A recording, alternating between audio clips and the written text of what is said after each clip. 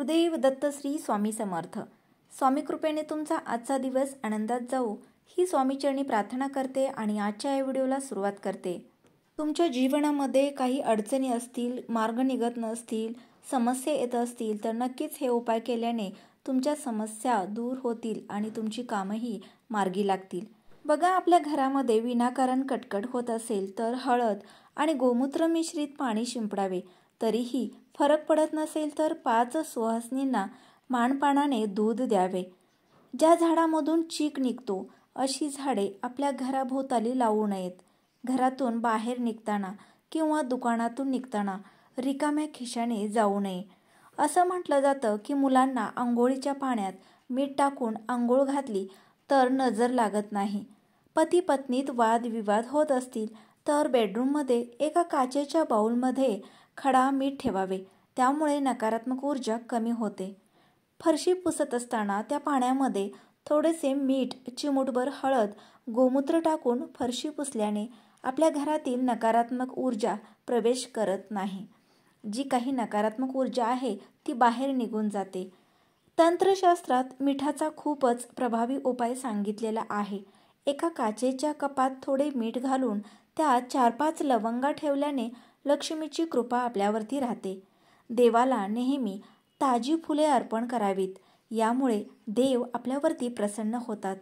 आपल्याला देवांचा आशीर्वाद मिळतो. पूजेचा दुहेरी फायदा होतो. देवाला सुकलेली, शिळी, कृत्रिम फुले अर्पण करू नयेत.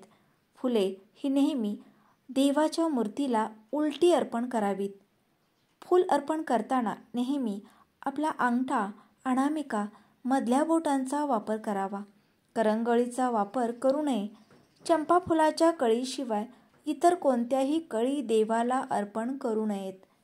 कुमुदिनी आणि कमळाची ही 2च फुले 11 दिवस ताजी मानली जातात. त्यामुळे ही फुले देवांना अर्पण करू शकता. स्वतःचे घर होण्यासाठी हा उपाय तुम्ही नक्की करू शकता की कोणत्याही जवळच्या श्री स्वामी समर्थ महाराजांच्या मंदिरात जाऊन किंवा मठामध्ये जाऊन नवरा आणि बायकोने एक नारळ ठेवायचा आहे आणि हा नारळ ठेवून प्रार्थना करायची की घर होण्यासाठी आमचे प्रयत्न सफल होऊ देत, कुठलेही अडथळे येऊ देऊ नको आणि घरी निघून जावे. ही गोष्ट कोणाला सांगू नये.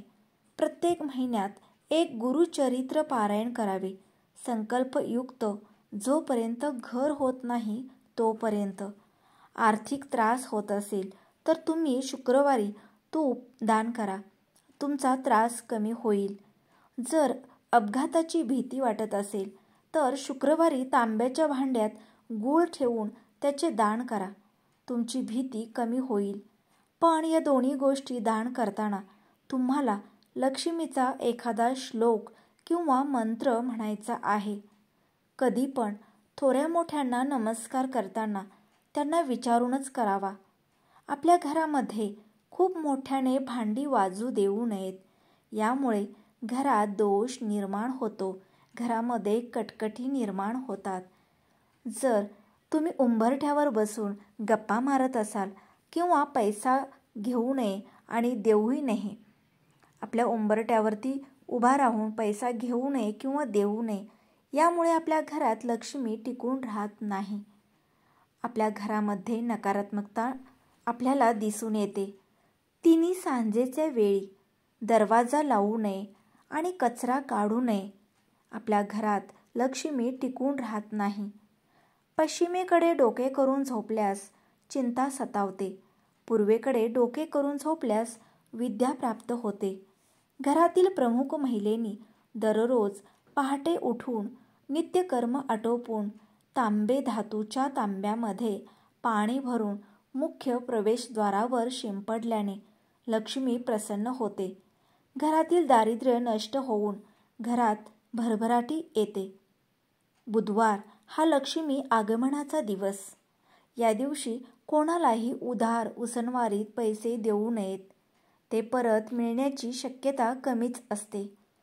तर हे आहेत स्वामी समर्थांचे अतिशय आपल्या जीवनात उपयुक्त होणारे उपयोगी उपाय आहेत.